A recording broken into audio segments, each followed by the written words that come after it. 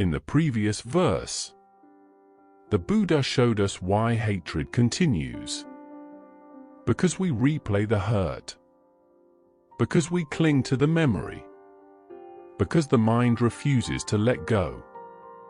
Now, in verse 4, the Buddha offers something rare and courageous. The only way hatred ends. This verse does not ask us to pretend pain did not happen. It does not ask us to approve of harm. Instead, it shows us a timeless truth. Hatred cannot be healed by more hatred. Let us reflect on the Buddha's words.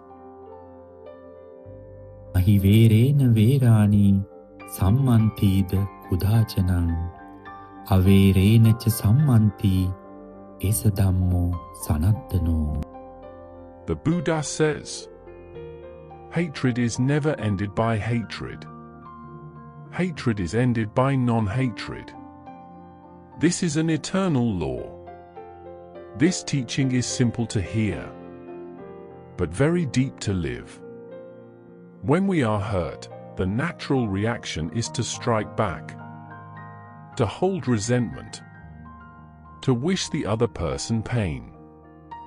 The mind believes, if they suffer, I will feel better.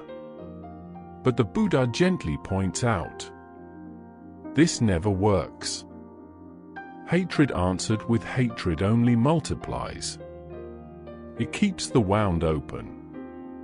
It passes suffering from one heart to another. Non-hatred does not mean weakness. It does not mean silence in the face of injustice. It means refusing to poison the mind further. Non-hatred can take many forms. Patience, restraint, understanding, compassion, or simply choosing not to continue the cycle. Imagine a fire. If you throw more fire onto it, what happens? It grows. Hatred is the same. The Buddha teaches us to stop feeding it.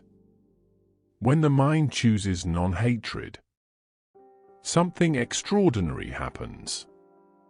The cycle breaks. Peace becomes possible. This verse lives in our daily lives. In families. In workplaces. In friendships. Even in our thoughts toward ourselves. Each time we choose not to react with anger. Each time we pause instead of strike back. Each time we respond with calm rather than resentment. Hatred weakens. This does not happen overnight. But every moment of non-hatred is a step toward freedom. In verse 3, the Buddha showed us why hatred continues.